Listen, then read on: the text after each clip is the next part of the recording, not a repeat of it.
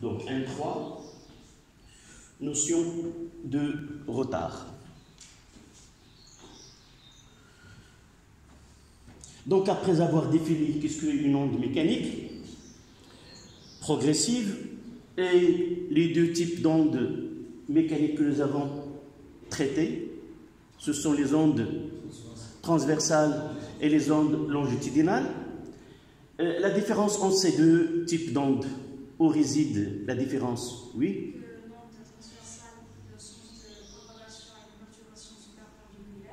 C'est très bien. Tout à fait. Donc, la première des choses, c'est de différencier ces deux types d'ondes dans un exercice. Généralement, on nous demande de déterminer la nature ou le type d'onde étudiée. Et en justifiant la position, la direction de propagation avec la direction de déformation ou de la perturbation, nous pouvons différencier les deux types d'ondes. Puis, nous avons parlé des ondes sonores. Des ondes sonores, ce sont aussi des ondes mécaniques qui nécessitent un milieu matériel pour se propager. Et ces ondes sonores, on va les voir par la suite, on peut dire qu'il y a des ondes qui sont audibles. Et toujours là, on prend comme référence l'homme. L'homme ne peut écouter ou recevoir uniquement des ondes qu'on appelle audibles. Ces ondes-là on va les voir par la suite lorsqu'on parlera des ondes mécaniques progressives périodiques, qui sont connues par des fréquences comprises entre 20 Hz et 20 kHz. Au-delà il y a les infrasonores, c'est-à-dire inférieurs à 20, qu'on ne peut pas écouter. Et il y en a les autres, ce sont les ultrasons, qui dépassent les 20 kHz et qui sont les ultrasons. Certains animaux utilisent ces ondes pour communiquer et pour se déplacer, comme la chauve-souris et d'autres animaux. Donc, on revient au phénomène de départ qui est les ondes mécaniques. Nous avons dit qu'une onde se propage dans un milieu matériel. Évidemment, ce milieu, lorsqu'il est matériel, il est élastique, et cette élasticité diffère d'un milieu à un autre, d'un gaz à un liquide et un solide. Et par la suite, une fois qu'on provoque une perturbation dans un lieu donné, ce lieu, on l'appelle comment? Là où il naît l'onde. Là où il naît la perturbation ou l'onde, c'est la source. Donc, là où naît cette onde, c'est la source.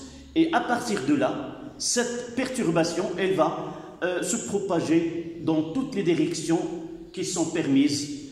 Et cette propagation se fait avec une vitesse donnée, une célérité. Et puisqu'on parle d'une célérité, ça veut dire que cette perturbation, elle prend de temps pour atteindre un point donné. Et on va faire une petite étude entre un point donné de cet espace dans lequel elle va être envahie, si vous voulez, par l'onde, et la source. Nous avons dit auparavant que chaque point du milieu, qu'est-ce qu'il fait? Tout ce qui se passe au niveau de la source, il va se passer par la suite dans un point donné, à un instant donné.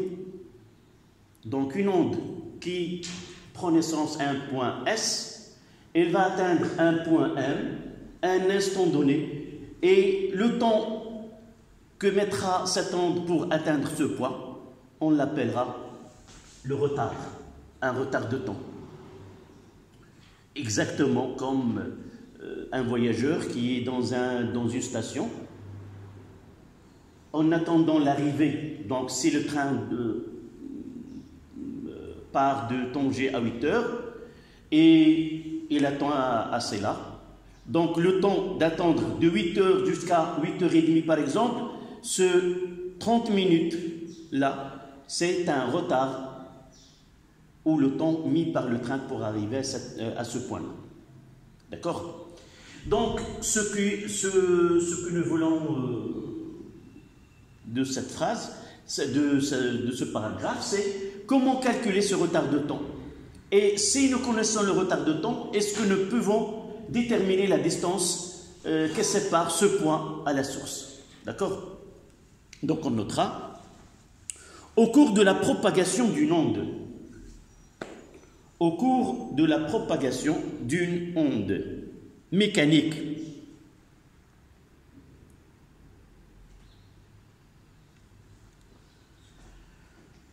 on va prendre le cas idéal non amorti. Au cours d'une propagation d'une onde mécanique non amortie,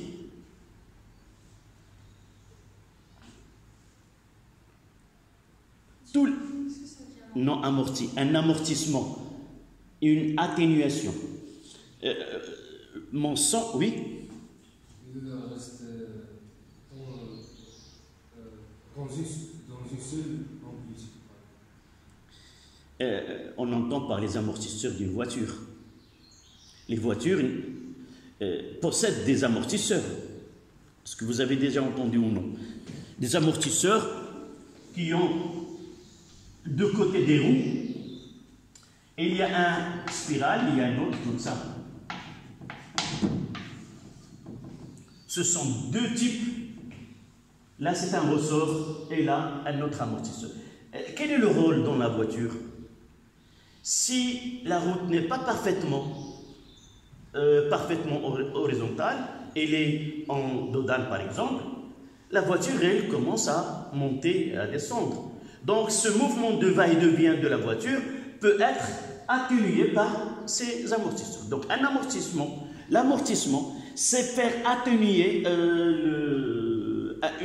un mouvement. D'accord? Ça veut dire quoi? Tout simplement mon son. Lorsque je parle, normalement, s'il n'est pas amorti, il peut se propager indéfiniment. Il peut arriver à n'importe quel point. Mais réellement, mon son ne dépasse pas la classe. Qui a provoqué ce phénomène d'amortissement? C'est que mon son, c'est une énergie, et cette énergie, en se propageant dans un milieu donné, elle est absorbée par le milieu. Et petit à petit, cette énergie-là diminue, et non pas elle garde la même amplitude, mais cette amplitude diminue. Et si je parle à voix basse, à la fin de la classe, un élève à la fin de la classe n'arrive pas à comprendre ce que je dis. Parce que le son, dans ce cas-là, a une amplitude qui est tout à fait très réduite, il n'arrive pas à recevoir ce son. D'accord? Donc, non amorti, ça veut dire qu'il garde son amplitude, ce son-là que tu entends ici, et sera de la même façon écouté dans un autre point de l'espace. Et ça, c'est pas réel. D'accord? Donc, ça, c'est un cas idéal. Donc, non amorti, ça veut dire qu'il garde la même amplitude en se propageant dans ce milieu-là. Un milieu qui est dissipatif, c'est-à-dire qu'il dissipe de l'énergie, dans ce cas-là, l'amplitude il va diminuer et finira par être absorbée totalement. D'accord? Donc on continue. Donc non amorti, tous les points du milieu,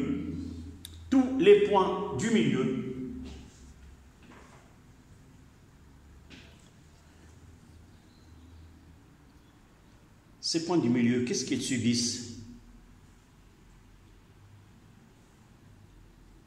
Si l'onde qui naît en S, cette onde c'est quoi? C'est une perturbation. Et cette perturbation, elle va se propager dans toutes les directions.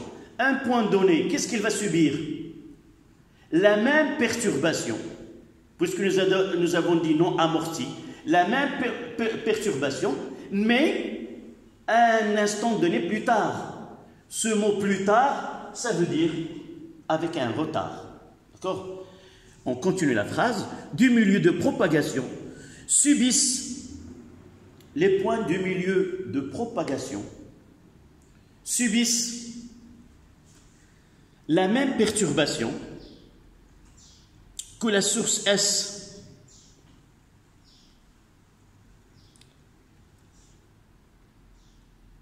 mais avec un retard tôt, mais avec un retard tôt.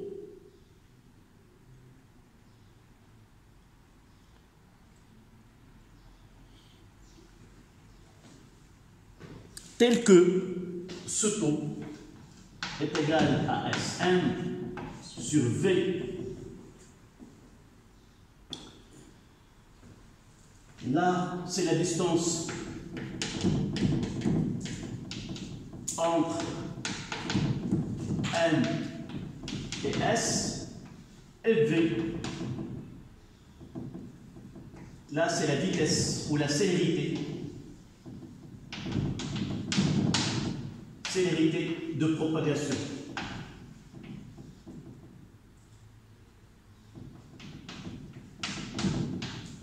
De l'onde, évidemment.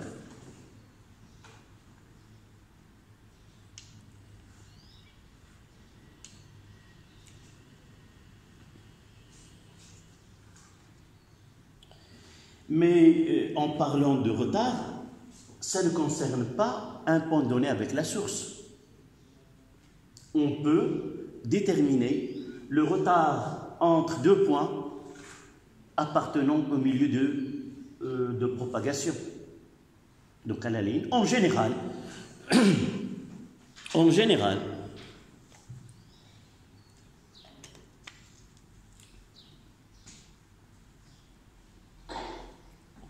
on peut déterminer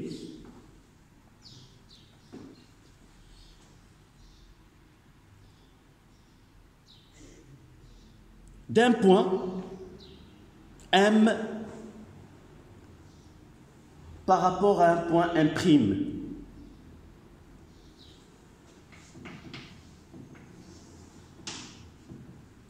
Si à un instant T, M,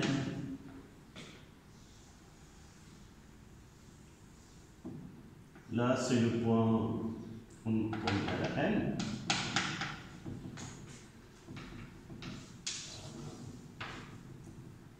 là c'est X, là c'est X,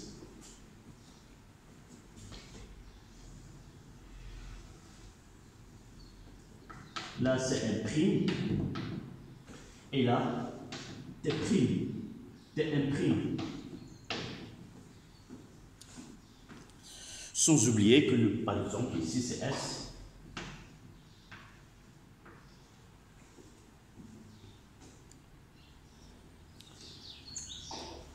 Là, c'est Y à l'instant Tm en fonction du X. Et là, c'est Y à l'instant Tm' en fonction du X. Là, c'est XM et là, c'est XM'. La première des choses, nous devons connaître comment traiter, comment travailler sur une figure et comment la lire. La première des choses, nous avons déjà dit cela, la première des choses, c'est que nous avons une représentation graphique d'une grandeur donnée et nous devons connaître ce qui est là. Là, c'est Tm qui est connu. Et là, Tm' aussi qui est connu. J'ai dit dans une séance précédente que les ondes mécaniques sont traitées par deux grandeurs en même temps. Nous suivons une onde dans l'espace, c'est par X, comme on peut suivre ce phénomène-là dans le temps. Dans le temps du milieu, c'est comme le cas que nous avons ici. Là, nous avons deux instants différents où l'onde occupe ou atteint un nombre donné de points et là, d'autres points.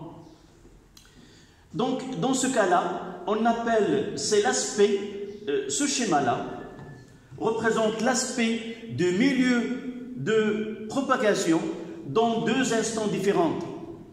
Et on va voir par la suite comment nous pouvons suivre au cours du temps un point donné de ce milieu de propagation.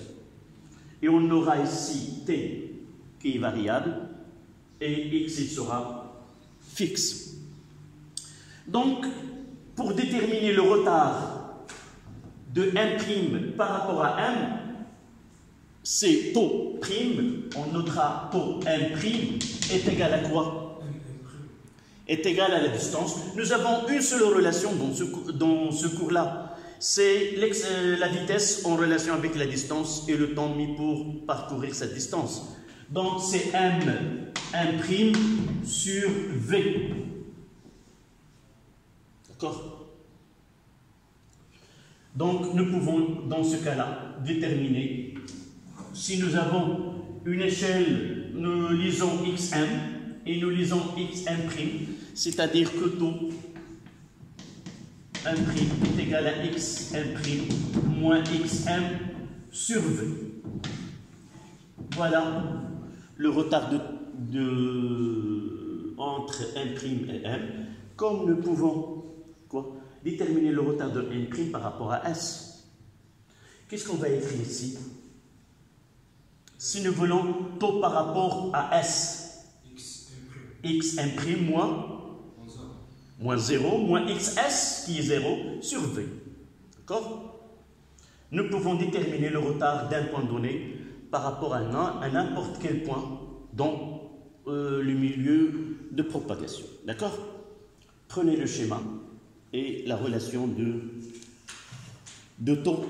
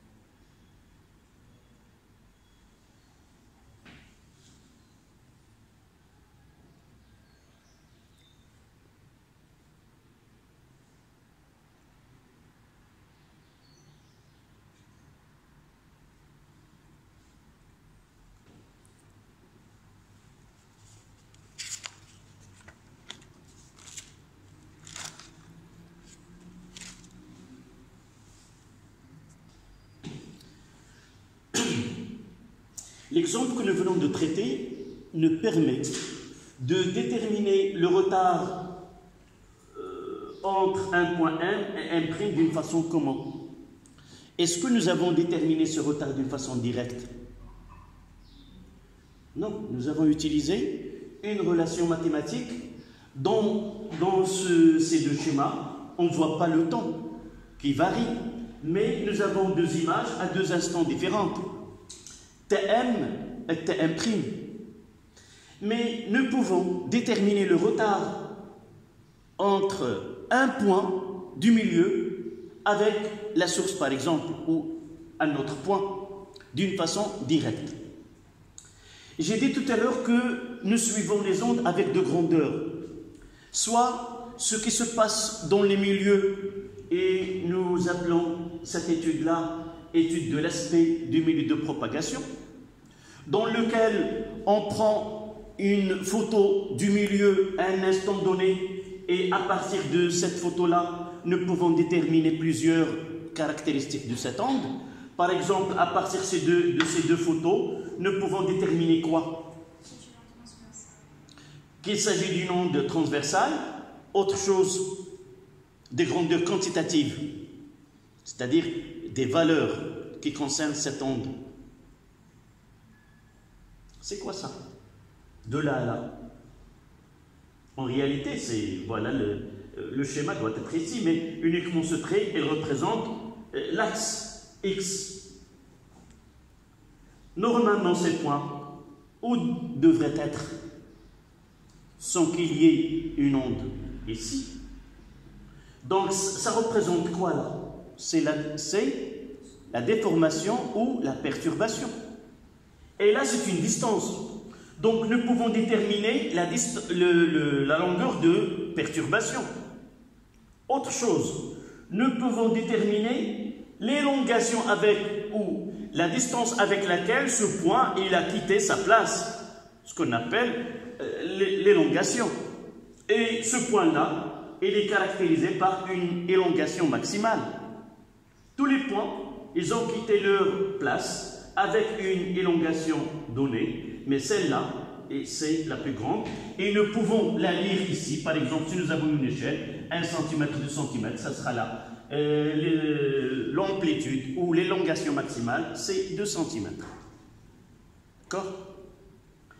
Donc ces deux schémas nous permettent de connaître on va voir dans un exercice par la suite, la longueur de déformation. Connaissant la vitesse, nous pouvons déterminer quoi? La durée de perturbation. Donc là, lorsque nous avons x, entre les deux points extrêmes de cette modification ou de cette perturbation, permet de déterminer, j'ai dit, la longueur de perturbation ou de signal. C'est un mot technique qu'on peut utiliser. D'accord? Une fois connaissant cette longueur-là, avec la vitesse, la longueur sur la vitesse est égale à la durée de perturbation. Qu'est-ce que ça veut dire la durée de perturbation? Si nous utilisons le cas d'une corde,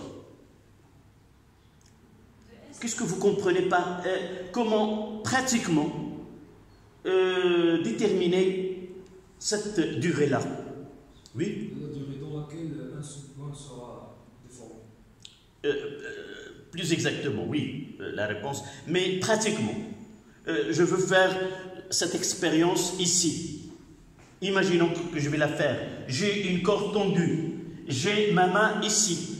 Là, c'est S. D'accord? Comment je peux calculer cette durée-là? Qu'est-ce que je dois faire à ce bout-là de la corde? Le secouer. Je dois partir d'où? De ce point, soit vers le bas et retourner à ce point, soit vers le haut et retourner à ce point, soit vers le haut, vers le bas et revenir au même point. Donc un chronomètre, là, je déclenche le chronomètre, je pars et j'arrête là où je reviens au même point. Et ça, c'est la durée de perturbation. C'est la durée au cours de laquelle ce point S va quitter sa place et revenir par la suite. Et cette durée-là qui affecte ce point S, ça sera la même, tous les points, ils seront affectés par la même, pendant le même temps, la même durée. Par exemple, si je secoue le point S en 2 secondes, cette onde, il va se propager. Sa durée, le long de propagation, toujours 2 secondes. Une fois qu'il arrive à un point donné ici, ce point-là, il va monter et descendre pendant combien? 2 secondes. D'accord? Ça, c'est la durée de perturbation. Donc, l'autre schéma qu'on va utiliser ici, c'est différent. On n'aura pas ce X-là et on aura le temps. Donc, on ajoutera ici retard entre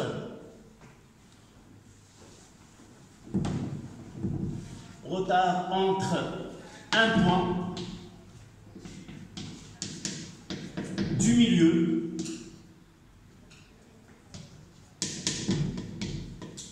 et la source. Et la source.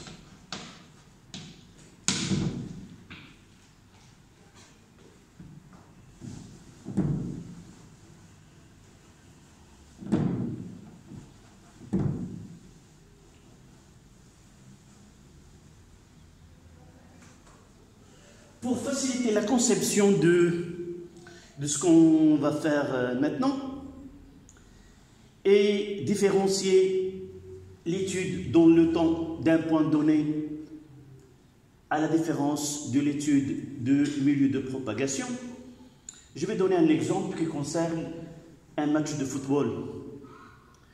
Dans un match de football, lorsqu'on essaie de transmettre ce match, généralement l'équipe de transmission, elle utilise plusieurs caméras. D'accord? Généralement, il y a une caméra qui prend le terrain tout entier, il ne vise pas un joueur donné, mais il prend l'image de terrain tout entier. Et nous pouvons voir au cours de cette transmission que tous les joueurs, ceux qui sont en mouvement, ceux qui ne sont pas en mouvement, et par la suite avec l'arbitre, avec tous les intervenants dans ce match, ça correspond pour nous, c'est quoi dans notre étude?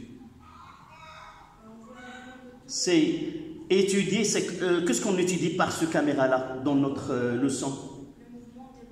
C'est l'aspect, oui, c'est l'aspect du milieu de propagation.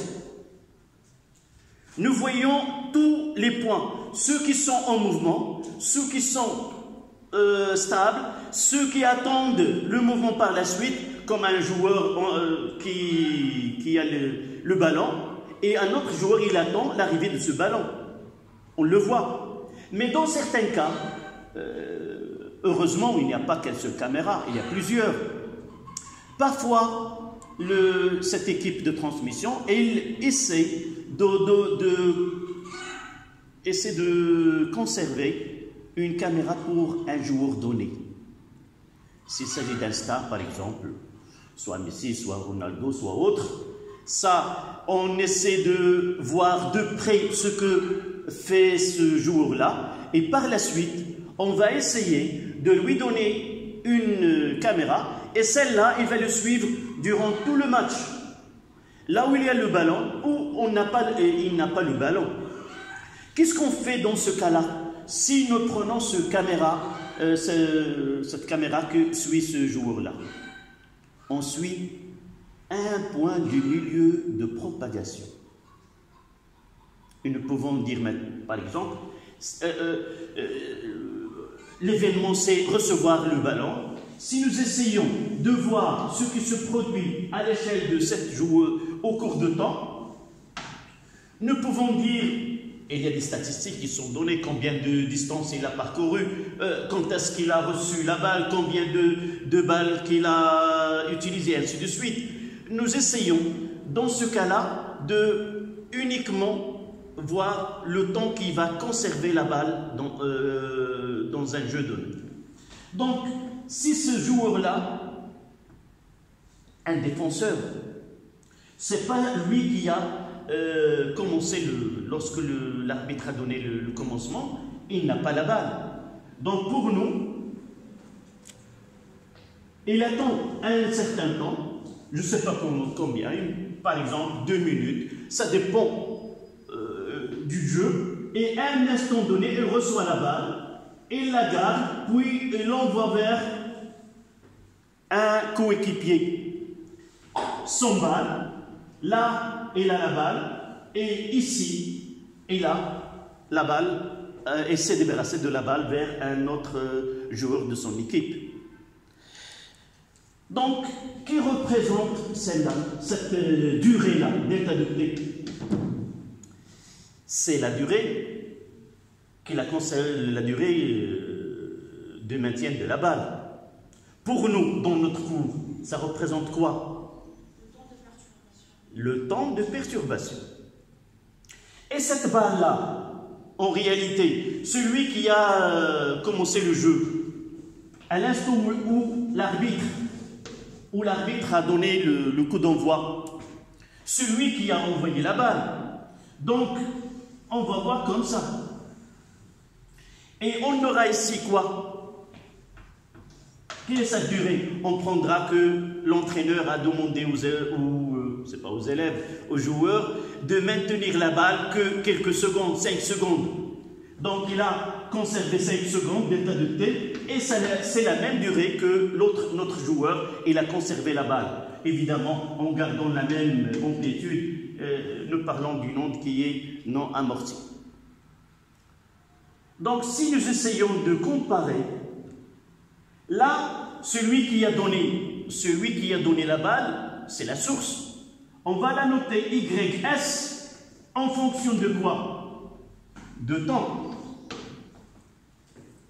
Le joueur qui a déclenché le jeu, on va le nommer la source. Donc celui qui a commencé le jeu.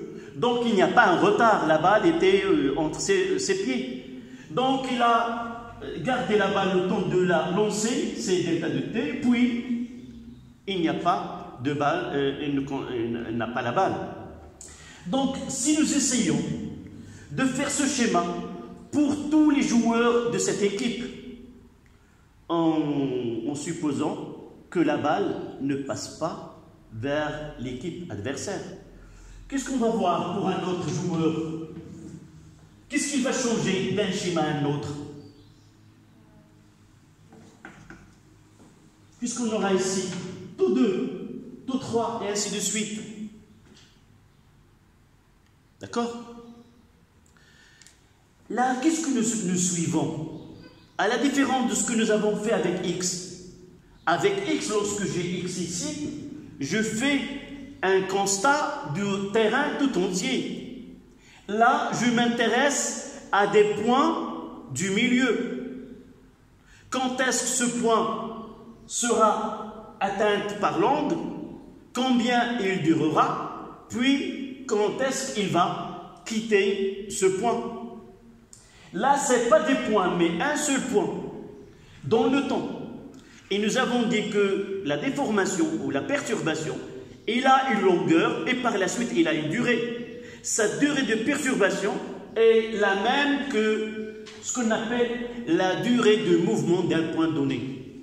Un point appartenant au milieu, il entre en mouvement pendant une durée delta de T qui n'est autre que quoi? Que la durée de la perturbation. Je dois bien comprendre ceci. Une onde mécanique, normalement, elle est limitée dans l'espace et dans le temps. Ça veut dire limitée dans l'espace. Elle atteint un nombre donné de points.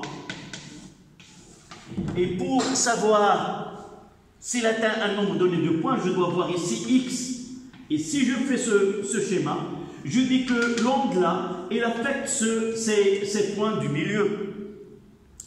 Cette perturbation, il a une longueur.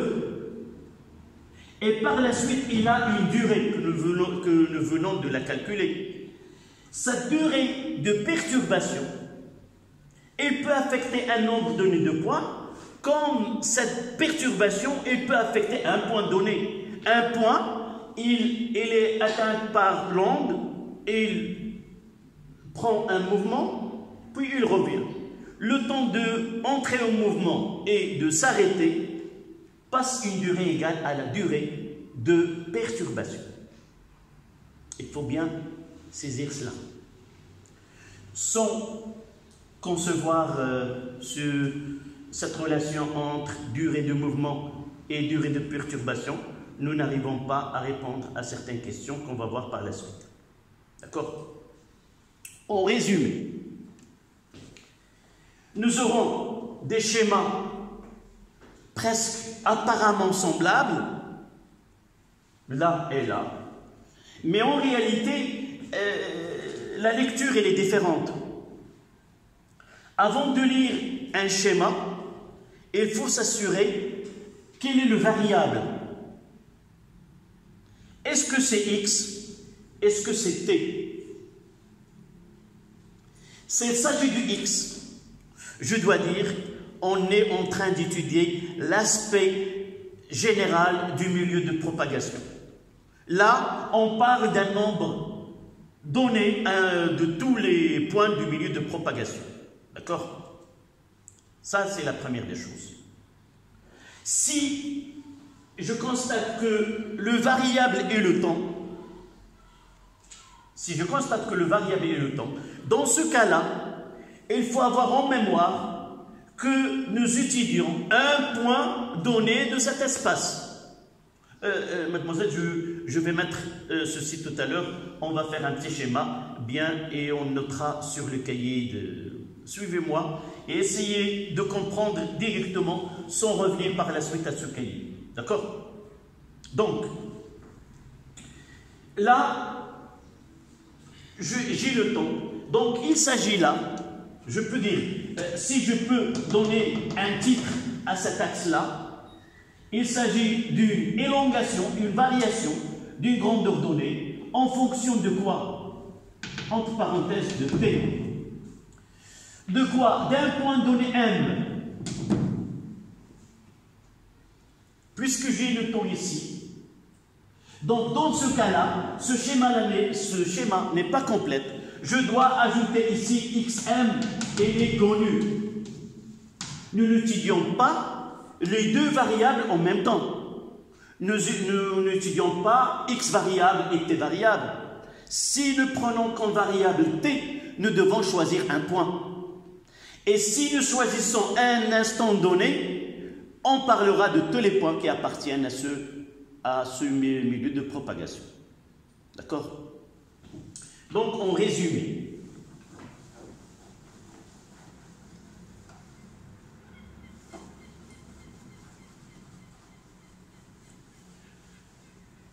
on écrira une phrase.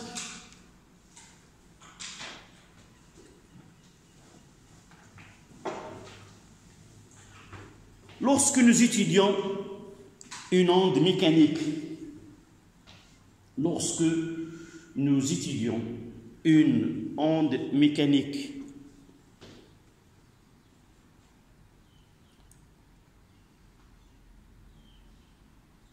deux points à la ligne, premier tiré, soit nous étudions l'aspect du milieu de propagation à un instant donné.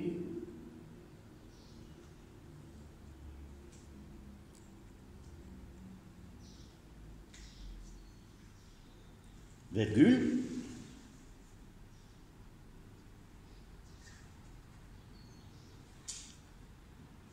C'est-à-dire connaître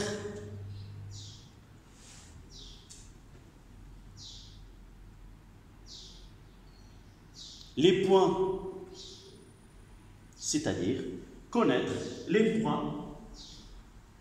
affectés par l'onde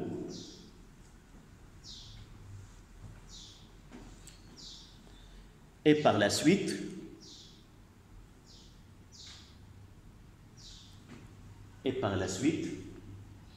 connaître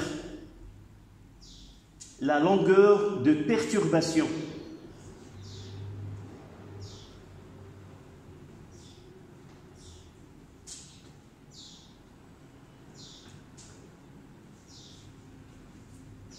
virgule, et en déduire la durée de la perturbation.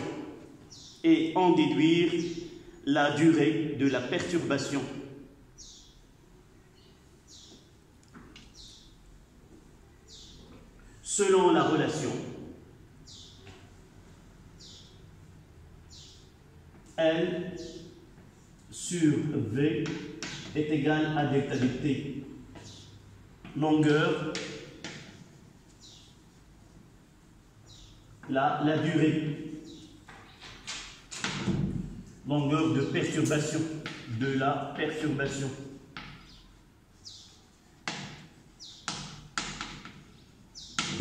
Ou parfois, on parlera du signal. Perturbation ou déformation au signal, c'est la même chose. Évidemment, la durée de la perturbation.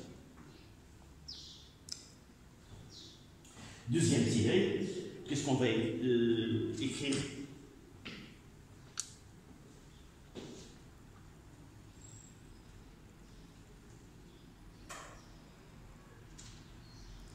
Qu'est-ce que nous avons le premier tiré dit? Nous avons dit quoi? Étudier l'aspect.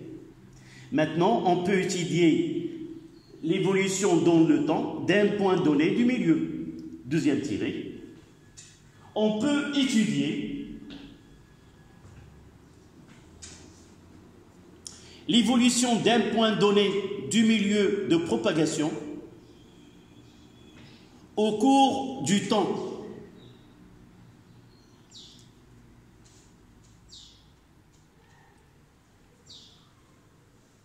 C'est-à-dire Ym de T.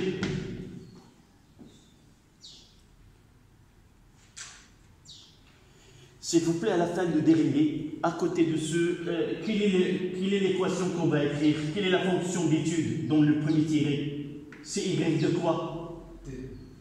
Y à l'instant T1. Et le variable, c'est X. Là, c'est donné.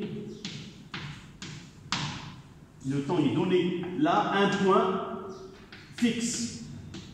Un point donné.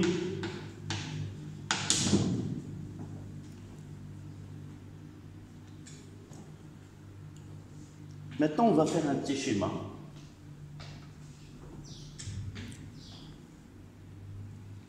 On va essayer de suivre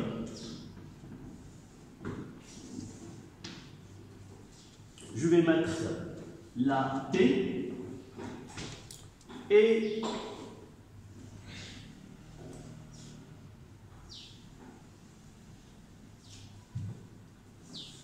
vous allez essayer de me donner qu'est-ce que je dois écrire ici. Y. Quel point dans notre cas? Le joueur qui a déclenché le jeu, c'est la source. Donc YS entre parenthèses de variable T. Et de là à là, c'est quoi? Delta de T, ça représente quoi? Ça, c'est la déformation de la source. Elle était dans le temps. À l'instant T est égal à 0, l'onde, il va naître en S. Puis ce point, il commence à monter là, puis il redescend. Puis il n'y a pas de mouvement. Si je vous demande de comparer le temps de montée de la source et le temps de descente de la source, est-ce qu'il se fait dans le même temps ou il y a une différence entre l'ascension et la descente? Ici, on remarque une différence. Comment? Ici, on remarque une différence. Oui. Dis-moi, est-ce qu'il se fait plus rapidement ou moins rapidement que comparer la montée et la descente de la source? La montée est plus lente. La montée est plus lente. Tu es d'accord? Comment tes camarades ils ont su que la montée est lente? Parce qu'il apprend une longue. Oui, je dois choisir un point. Le point le maximum, c'est là. Je fais, là c'est H. Et là c'est TH. Donc pour atteindre le sommet, la plus grande élongation, il demande un TH. Et celui-là, il est supérieur à l'autre. Donc il monte pendant une durée. Là, on posera ça comme question dans un exercice. Détermine le temps de montée de la source de point et celle de retour. Donc, là, ce sont l'élongation, il augmente et atteint sa valeur maximale. Donc, la montée, elle est de là à la durée. Et la descente se fait d'une façon plus brève. D'accord? Voilà. Donc, je vais essayer de connaître ce qui se produit dans un autre point, un peu plus loin. Et vous allez me dire là, qu'est-ce que j'ai ici? Le temps, il est variable. Qu'est-ce que je dois écrire ici? XS est égal à 0. Et là, je dois avoir un point où xm il est connu. On verra dans un exercice, on choisira 2 mètres, ça dépend de si nous avons une coordonnée. D'accord? D'une façon non quantitative, qualitative uniquement. Dites-moi comment je dois représenter y, m, entre parenthèses, qu'est-ce que je dois écrire? X. Je dois y de t. C'est quoi ce ys de t et ce yn de t? C'est quoi? Lorsque je dois lui donner... 2 points du milieu différents. C'est quoi? Donc c'est un terme technique, on l'appelle l'élongation d'un point donné, la variation, la fonction qui nous donne comment varie le déplacement de point donné du milieu par rapport à sa position. Donc l'élongation de point 1 au cours du temps. Comment son déplacement limité. Donc ce point-là, il va reprendre. C'est quoi? Qu'est-ce qu'il va faire le point M? Nous avons déjà utilisé une phrase que nous devons la comprendre et l'apprendre. Quelle est cette phrase? Tout point du milieu. Quoi? Nous ne l'avons pas dit. Tout point du milieu reprend le mouvement de la source, mais avec un retard de temps. Il reproduit la même perturbation. Donc ce point M, il va reproduire la même perturbation subie par la source, mais uniquement à un retard. Donc je dois laisser ici taux M, et qu'est-ce que je dois faire? Je dois reproduire le même schéma ici.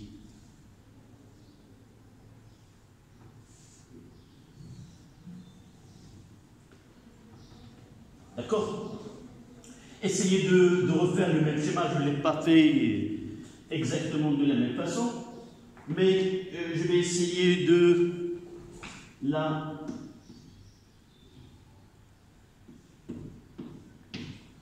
Quatre petits carreaux. 1, 2, 3, 4. Et là, 2 petits carreaux là, 1 et 2. Et je vais essayer de tracer de là à là. Et il y a 3, 1, 2, 3. Voilà.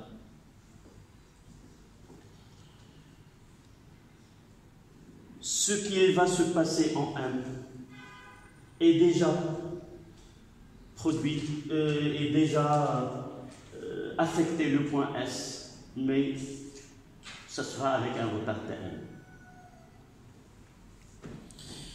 Et on va utiliser une expression qu'on trouvera dans les questions à choix multiples. Et on va écrire cette phrase que vous n'avez pas donnée lorsque je posais cette question.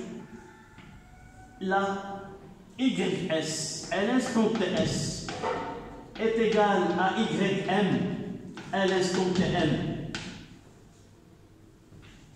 Ça, c'est l'expression mathématique qu'on peut écrire par une phrase. Quelle est la phrase qui correspond à cette relation-là? Regarde. Là, Y, ça veut dire la perturbation. Ce qui se fait en S à l'instant TS, il affectera M à l'instant TM. Ou d'une autre manière, tout point du milieu de propagation réalisera le même mouvement de points qui le précède. D'accord? Tout point du milieu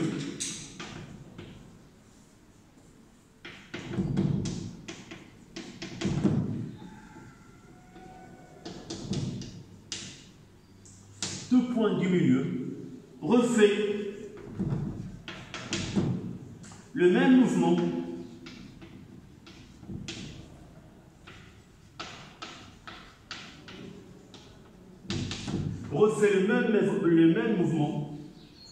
d'un point qui le précède.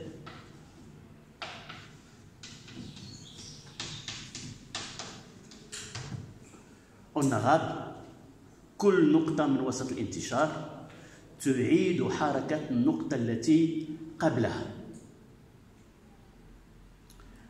On a donné un exemple dans un terrain de football, lorsqu'on attend le match et les spectateurs en train d'attendre, il fait ce mouvement ou cette onde qu'on appelle l'onde mexicaine. C'est se mettre debout et s'asseoir, et ce mouvement-là se fait le long des estrades de ce terrain-là. Définitivement, là, on aura l'occasion d'arriver à la relation qui est YS de T, où YM en fonction du temps est égal à YS moins taux. Écrire d'une autre manière. YS de T est égal à YS. Là, c'est un cas particulier de cette. Nous l'avons transformé. On aura l'occasion de partir de là et arriver à cela. C'est quoi cette lecture-là? Ce qui se produit en M, elle a été déjà produit un instant avant d'une durée tôt, ou d'une autre manière, ce qui se produit en S, il va se produire en M avec un retard. Le mot retard, ça veut dire moins, un retard de taux. Un instant donné. Là, vous voyez dans ce schéma que le temps T est variable. Ce qui se produit là, il sera là, mais avec un retard. Celui qui se produit, regardez qu'il y a une variation. Ce qui se produit là, lorsque ce point atteint le maximum, il sera atteint aussi, mais à un instant donné avec un retard. Voilà le retard. Là, ce qui se produit là se produira là, mais avec un retard Tm. Mais celui qui se produit là se produira là, mais avec un retard. Voici le retard. Ce qui se produit là se produira là, mais avec un retard là. Donc, il y a le temps, il est variable. Tu peux choisir les instants qui te conviennent. D'accord? Donc, le temps là, il est variable. Tout ce qui est fait à la source, tout, lorsque je dis tout, ça veut dire T, il est variable. Tout ce que se fait à la source, il se fera dans un point M donné, mais avec un retard tôt. Cette élongation-là, c'est quoi? Ce sont ces points. Voilà, celle-là, celle-là, celle-là, là. Donc c'est une fonction. Ce que je représente là, c'est quoi? C'est une fonction. Y une fonction de temps. Donc elle est variable. D'accord?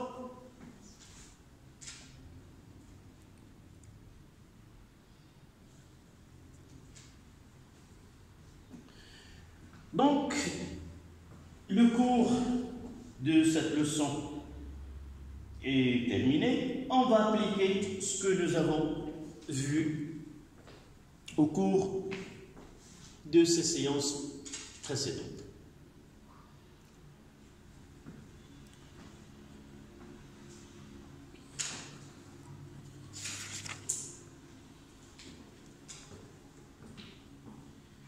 Donc, on aura un exercice d'application, juste le temps de finir ce qui est devant vous au tableau.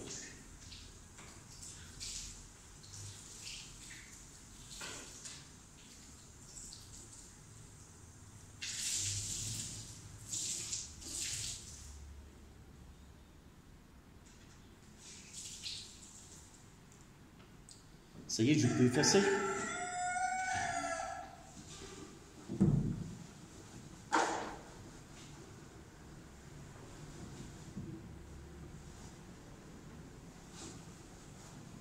Donc vous notez exercice d'application 1K pour son titre, sans qu'on lui donne un numéro. C'est exercice d'application.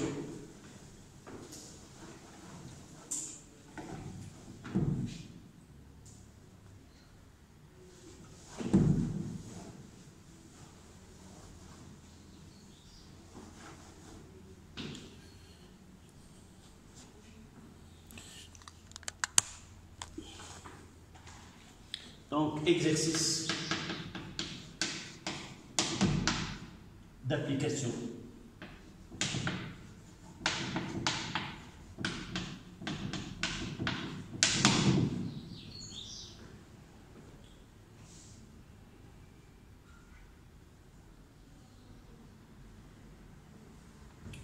Une onde mécanique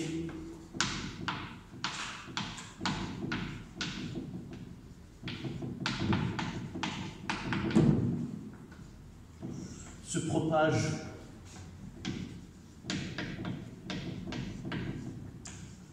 le long d'une corde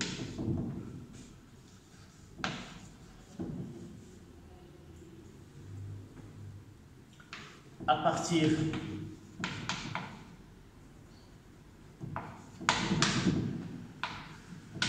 d'un point S à l'instant t est égal à 0 avec une vitesse v est égale 4 mètres par seconde.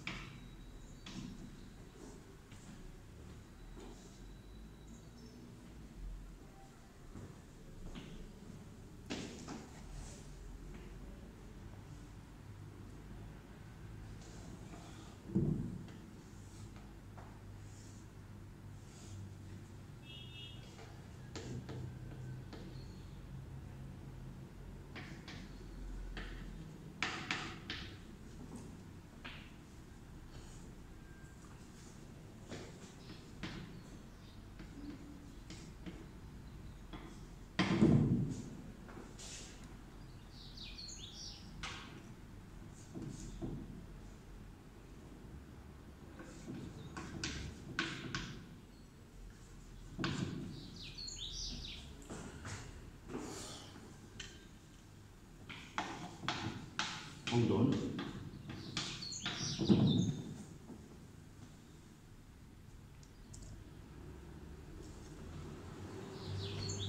Premièrement,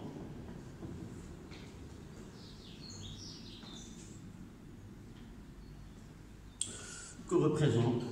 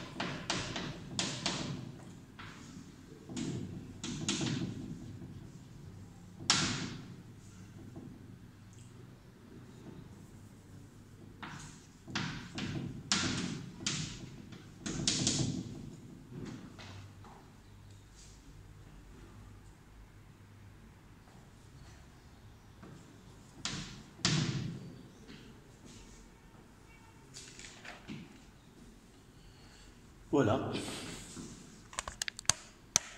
l'exercice.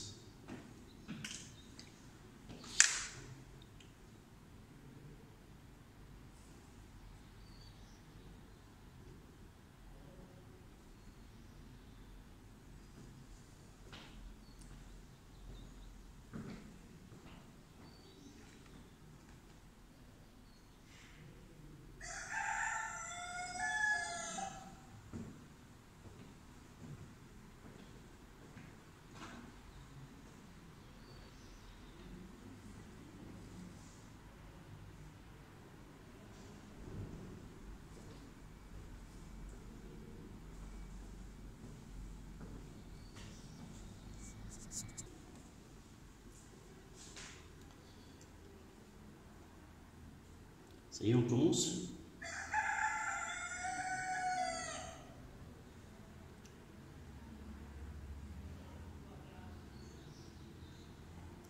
Je relis l'exercice.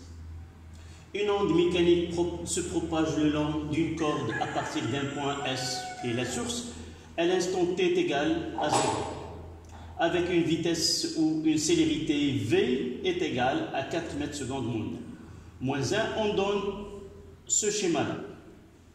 Normalement, on doit donner, il s'agit de quoi? Mais dans cet exercice, il nous demande comme première question, que représente la figure ci-dessus? Ça représente quoi? L'aspect du milieu de propagation. Oui. Comment tu as su qu'il s'agit de l'aspect du milieu de propagation qui est la corde, mademoiselle? J'ai dit parmi les schémas qu'on va rencontrer, une modification, une perturbation ou un mouvement, et à partir de ce schéma, soit que nous sommes devant un aspect du milieu de propagation, soit qu'il s'agit de la variation d'élongation d'un point donné de l'espace ou du milieu de propagation. Comment tu justifies qu'il s'agit bien de l'aspect?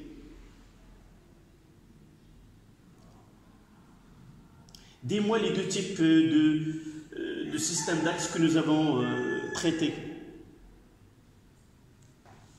Toujours Y, mais là, deux choses. Soit X, soit T. Je dois avoir en tête, lorsque je vois, puisque la variation dépend de X, ça veut dire que nous avons un aspect de milieu de propagation à un instant donné. C'est une, si vous voulez, une photo du milieu de propagation pris à un instant donné. Mais lorsque j'ai ici T, ça représente, si ce schéma-là, mais je change le variable X par T, je dirais qu'il s'agit de la variation d'élongation d'un point M en fonction de T. D'accord? Donc vous notez, puisque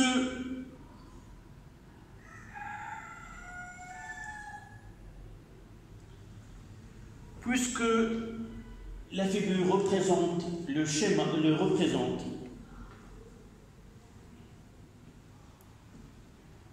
la variation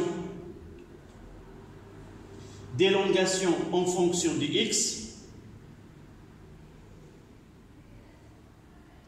il s'agit de l'aspect de la corde à un instant Tm donné. Il s'agit de l'aspect de la corde à un instant Tm donné.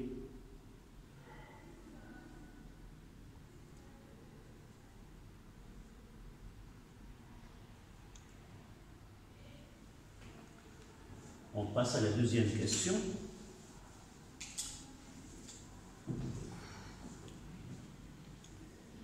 Mademoiselle, tu nous lis la question et tu nous proposes une réponse. D'accord? Tu lis la deuxième question. Déterminer l'instant Tm. Ça veut dire quoi? la distance sur En réalité, là, nous avons une évolution. Si nous passons à la réalité, nous avons une évolution dans l'espace et dans le temps. Mais là, nous avons figé le temps. C'est comme si on a pris une photo à un instant donné. D'accord? Donc, cet instant Tm représente quoi? C'est l'instant où le franc d'onde, maintenant on va utiliser le terme, ce F, toujours le point le plus avancé dans la perturbation, on l'appelle le franc d'onde. Donc ce Tm-là représente le temps nécessaire pour que le franc d'onde passe de S à ce point d'abscisse X est égal à 8 mètres. D'accord? Mais il est où le point? Là, cette corde, il y a plusieurs points. Là, c'est le point P. Là, c'est le point N. Là, c'est le point S. En réalité, avant cela, avant que l'onde naisse, nous avons ça. Voilà F. Voilà P. Voilà N. Et voilà S.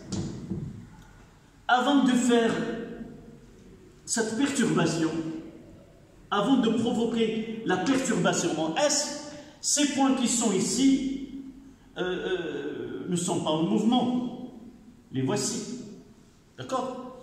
Une fois l'onde se déclenche en S, elle va, entre guillemets, envahir, se propager le long de la corde, et un nombre donné de points entre en mouvement. Ce sont à cet instant-là, si nous avons pris une photo avant, nous pouvons trouver là.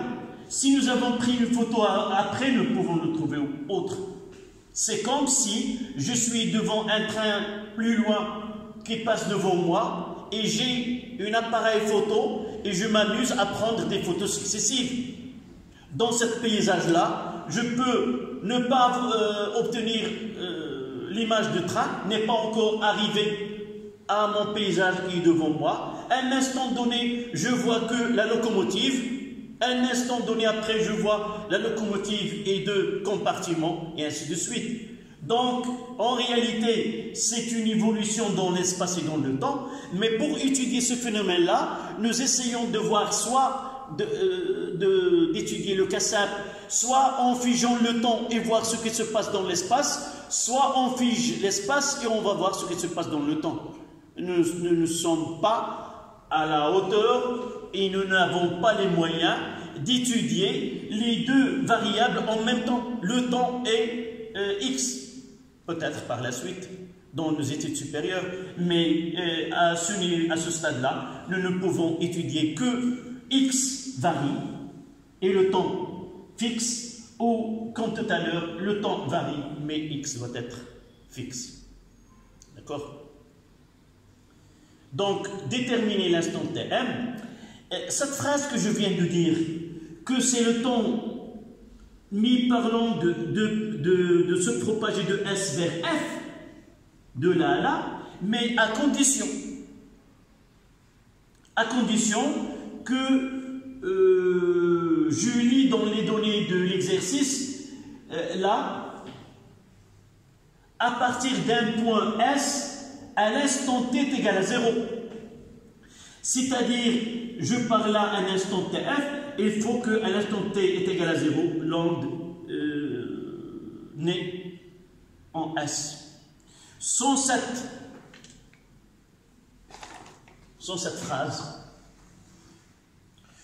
je ne peux pas dire que Tm correspond bien à l'instant où l'onde part. Si elle commence à un instant t autre que 0, ça sera autre chose. On verra par la suite. Nous avons pris que des questions qui sont simples. Donc, s'il te plaît, tu reformes la réponse, tu donnes la réponse à la question 2. L'instant Tm, c'est la distance entre... Non, un instant, c'est quoi? C'est l'instant où le franc d'onde atteint le point F d'abscisse X est égal à 8 mètres.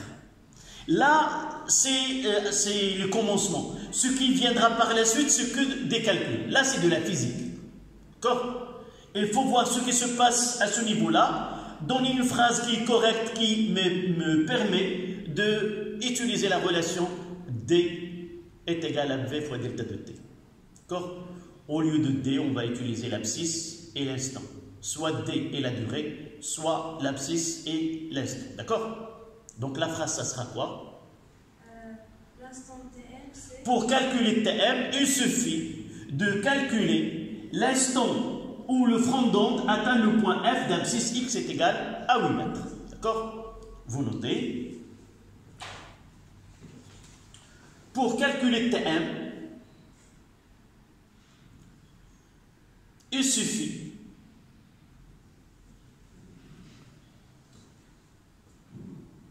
de calculer l'instant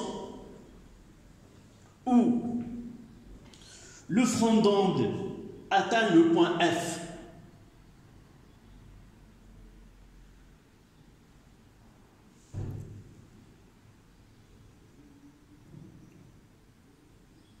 D'abscisse X, F est égal à 8 mètres. Donc cette information doit être exploitée et nous amènera à la réponse. Nous avons c'est quoi? Que V est égal à D sur delta de T. Et nous appliquons cette relation à notre cas. D, c'est quoi? C'est X moins X sur T moins T. Quels sont les deux points qui sont mis en jeu dans cette question? XF moins XS sur TF moins TS. Il suffit de lire 8 moins 0 sur TF, c'est XF, sur TF. Je ne fais pas le calcul, je donne une relation TF demandé est égal à XF sur V.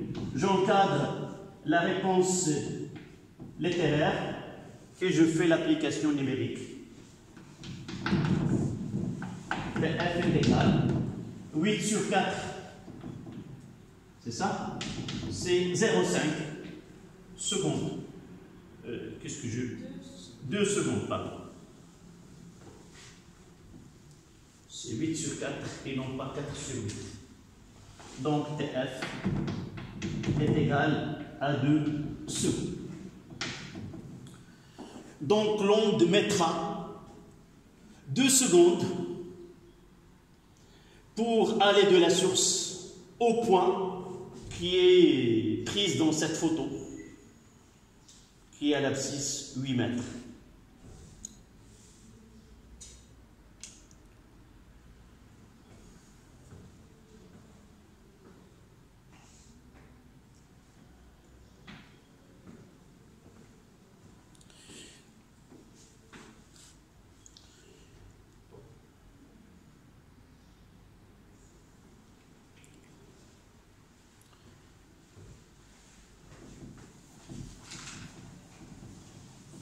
S'il te plaît, tu nous relis la question suivante.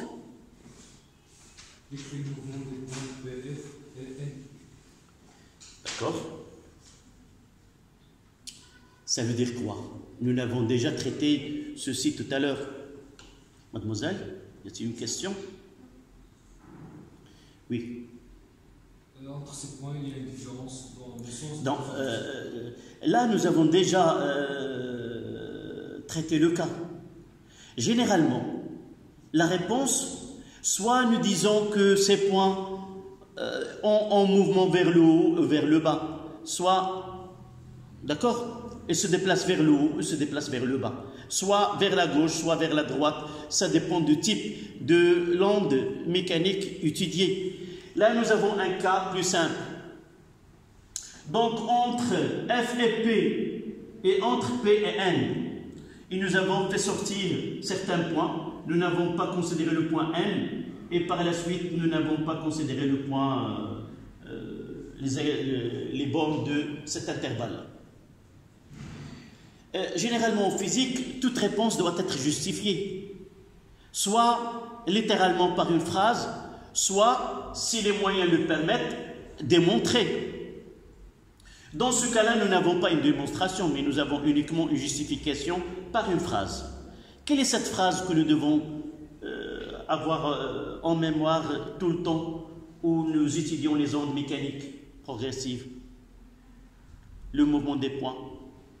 Nous l'avons écrit tout à l'heure. Tous les points subissent le même mouvement. Oui, et j'écris une autre version.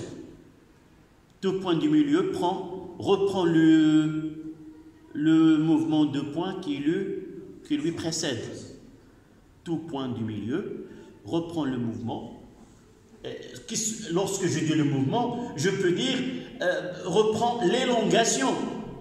L'élongation, c'est-à-dire comment il s'est déplacé de sa place. Là, c'est l'élongation. Lorsque je fais la projection sur l'axe des Y, c'est l'élongation. La distance avec laquelle elle a quitté sa place. Donc, prenons l'intervalle entre P et F. Nous avons fait sortir F. Quel est le mouvement de ces points entre F et P? Vers le haut. Pourquoi? Si nous prenons F, à un instant donné, il va prendre quel mouvement? Le mouvement de point P. Où se trouve le point P? À une élongation maximale. Donc, F, elle prendra P, et celle-là, elle prendra de P, et ainsi de suite. Donc, tous les points de cet intervalle-là ont en mouvement ascendant, déplacement vertical vers le haut. Et là, ce point P, il va prendre l'élongation des points qui les précèdent. Et tous ces points, ils ont une plus petite élongation par rapport à P. Et par la suite, cette partie-là, cet intervalle, entre 4 et 6, ils vont un mouvement de quoi? Vers le bas. D'accord? Donc, donnez-moi cette phrase d'abord. Donne-moi la phrase justificative de cette réponse. Tout point du milieu reprend le mouvement du point qui le précède. Vous l'écrivez. Tout point du milieu reprend le mouvement du point qui le précède.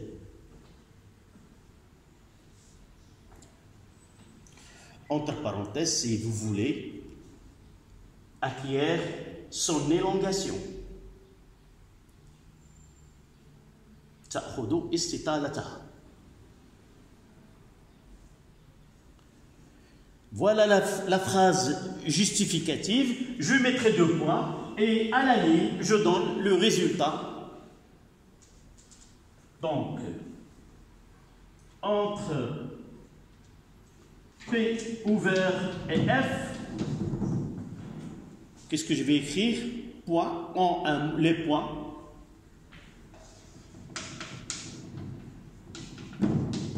En un mouvement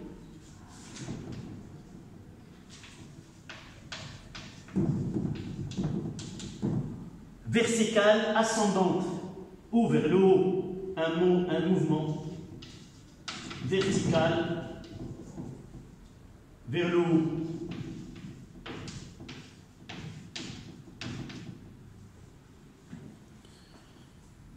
Et je vous laisse compléter le deuxième tiré.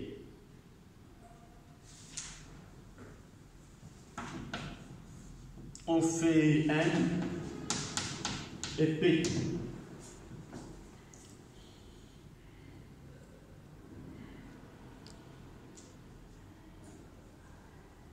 Mademoiselle, tu nous dis la phrase là, de la même façon, mais qui correspond au point N et P.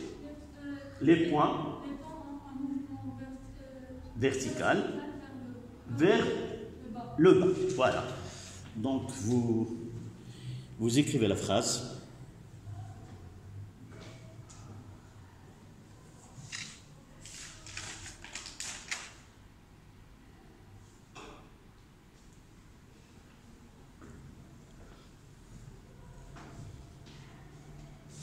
La question suivante, oui. Puisque d'avoir calculé la durée du mouvement de chaque point du milieu, puisque tout le monde reprend le mouvement de cette équation, alors on peut juste calculer la durée de cette perturbation qui est 2 mètres, et on a que la vitesse est 4 mètres sur seconde, alors on peut juste calculer que... Exactement. Sauf, on doit présenter cette réponse, dire que pour calculer la durée de mouvement d'un point appartenant au milieu de propagation, il suffit de calculer la distance et là, il suffit de calculer quoi? La durée de perturbation.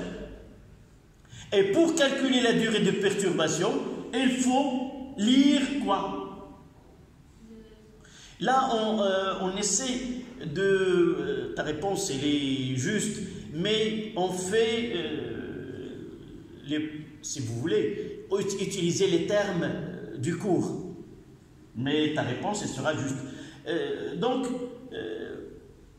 comment présenter la réponse? Il nous demande la durée du mouvement.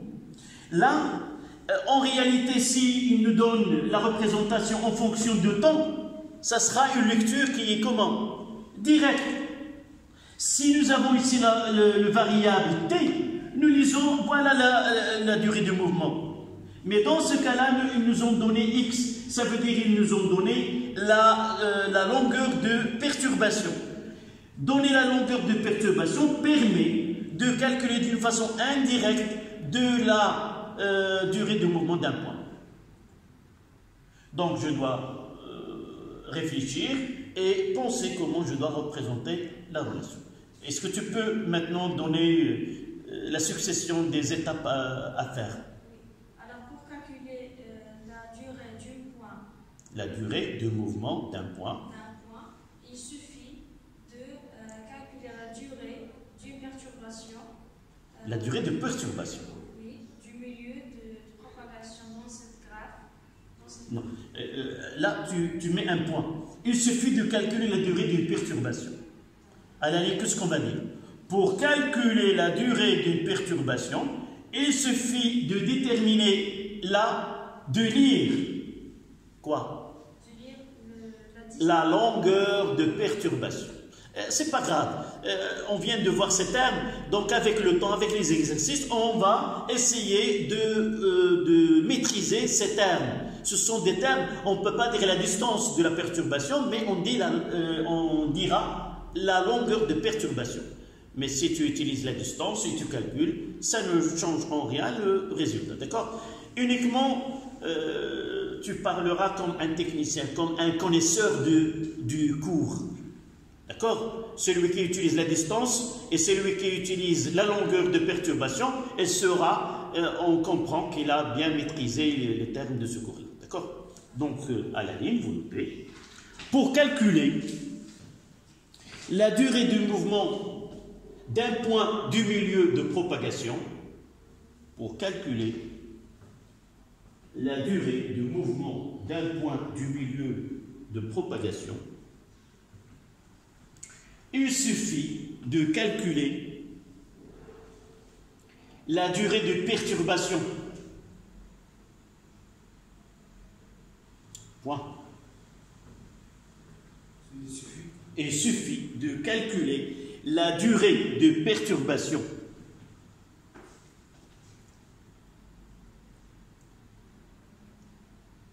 À la ligne, en lisant la longueur de perturbation L, en lisant la longueur de perturbation L, et je vais le noter L égale à combien?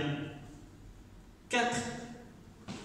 Voilà la longueur, c'est XF moins XN, c'est 8 moins 4, ça donne 4 mètres. En lisant la longueur de perturbation, on en déduit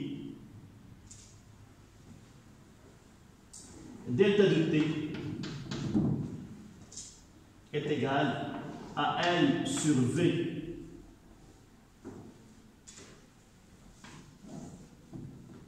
donc delta de T est égal égale à 4 sur la vitesse aussi 4 mètres seconde moins 1. Et ça donne 1 seconde.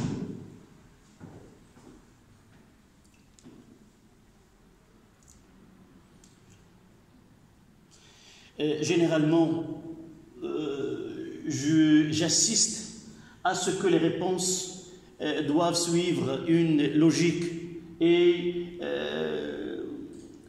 la réalité de la physique, ce n'est pas les calculs, mais de faire apparaître que le phénomène il est bien compris. Et j'exige utiliser ces étapes. Et lorsque je finis le calcul, j'ajouterai une phrase. C'est quoi cette phrase? Pour concrétiser ce calcul et faire montrer que la question a été bien comprise. Donc, chaque point du milieu de propagation prend un mouvement de 1 seconde, quelle que soit sa position dans cette corde. D'accord? Donc, chaque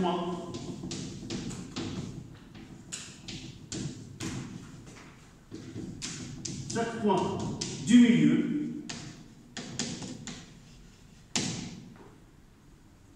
réalise un mouvement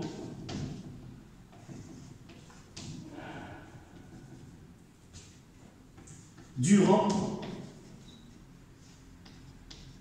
1 seconde. Voilà.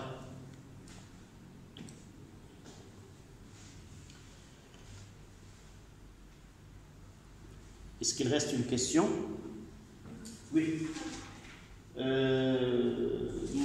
Représenter l'aspect du milieu de propagation qui est la corde, un instant t égale combien? 4 secondes. D'accord.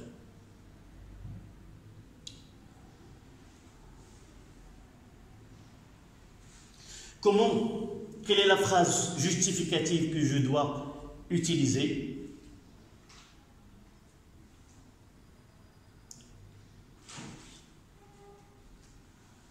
L'aspect de la corde sera un aspect identique à cette déformation, mais avec une translation de cette perturbation. On va laisser ceci par la suite et utiliser une autre méthode qui demande de calcul, mais on arrivera à la même conclusion, qu'on va utiliser par la suite une méthode qui est plus simple. Un instant Tm, actuellement on sait combien de Tm, c'est combien? Nous l'avons déjà calculé, ou non? 2 secondes. 2 secondes, nous l'avons calculé, c'est 2 secondes. Donc, il nous demande 4 secondes. Qu'est-ce qu'on va faire, celui qui va essayer d'utiliser la propagation d'une onde? Si l'onde naît en S et se propage, je peux répondre par la façon suivante. À l'instant Tn, par exemple, qui est égal à 4 secondes, où se trouvera le front d'onde à cet instant? Si à 2 secondes, l'onde a parcouru une distance de 8 mètres, combien il va parcourir dans 4 secondes? Puisque la distance est proportionnelle à la durée, donc si en 2 secondes il parcourt 8, donc on aura à un instant Tn qui est égal à 4 secondes, il va parcourir 16 mètres. Donc là, je peux déterminer la 16 et je vais mettre F ici et là. En réalité, on va voir, Inch'Allah, la séance prochaine, qu'en réalité, il suffit de faire une translation d'une distance entre les deux points. D'accord? Donc, pensez à terminer cet exercice. On complétera la réponse la séance prochaine.